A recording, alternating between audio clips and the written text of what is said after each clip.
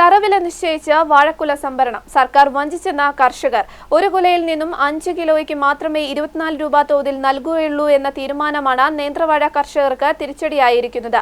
ബാക്കി വരുന്ന തൂക്കത്തിന് 9-10 രൂപ തോതിലാണ് കൃഷിവകുപ്പ് കർഷകർക്ക് നൽകുക. ഹോർട്ടികോർപ്പ് മുഖേന കർഷകരിൽ നിന്നും കൃഷിവകുപ്പ് 24 രൂപ തറവില നിശ്ചയിച്ച് നേന്ത്രക്കായ സംഭരിക്കുന്നതിൽ കർഷകരെ വഞ്ചിച്ചുവെന്നാണ് ആരോപണം. 1 കിലോയ്ക്ക് 24 രൂപ തറവില നിശ്ചയിച്ചാണ് നേന്ത്രക്കുല സംഭരിക്കുന്നത്. എന്നാൽ ഇപ്പോൾ നൽകിയ കുലയുടെ ബില്ല് കർഷകർക്ക് ലഭിച്ചപ്പോഴാണ് ഇതിലെ വഞ്ചന കർഷകർ തിരിച്ചറിയുന്നത്. കൃഷിവകുപ്പിന്റെ കണക്കനുസരിച്ച് ഒരു കുലയിൽ നിന്നും 5 കിലോ മാത്രമേ 24 രൂപ തറവില തോതിൽ സംഭരിക്കുകയുള്ളൂ.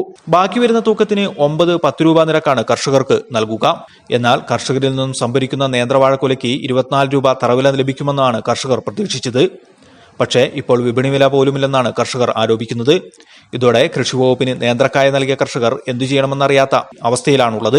അവർ പറഞ്ഞിട്ടുള്ളത് നിങ്ങൾക്ക് മാർക്കറ്റിൽ ഇട്ട് തരാം, തറവില നിങ്ങളുടെ അക്കൗണ്ടിലേക്ക് സബ്സിഡി ആയിട്ട് വന്നോളൂ എന്ന് പറഞ്ഞു. പക്ഷെ ഇതുവരെ വന്നിട്ടുമില്ല.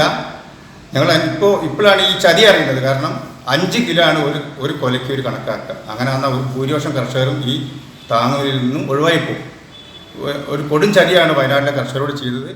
അതേസമയം സർക്കാർ നിശ്ചയിച്ച ഹെക്ടർ ഉൽപാദനക്ഷമത കണക്കനുസരിച്ചാണ് വില നിശ്ചയിച്ചതെന്നാണ് കൃഷിവകുപ്പിൽ നിന്നും ലഭിക്കുന്ന വിവരം. കൃത്യമായ കാര്യങ്ങൾ കർഷകരെ ബോധ്യപ്പെടുത്തുന്നതിൽ വന്ന വീഴ്ചയാണ് ഇപ്പോഴത്തെ ആരോപണങ്ങൾക്ക് കാരണമായിരിക്കുന്നത്. വയനാട് വിഷൻ, ബത്തേരി.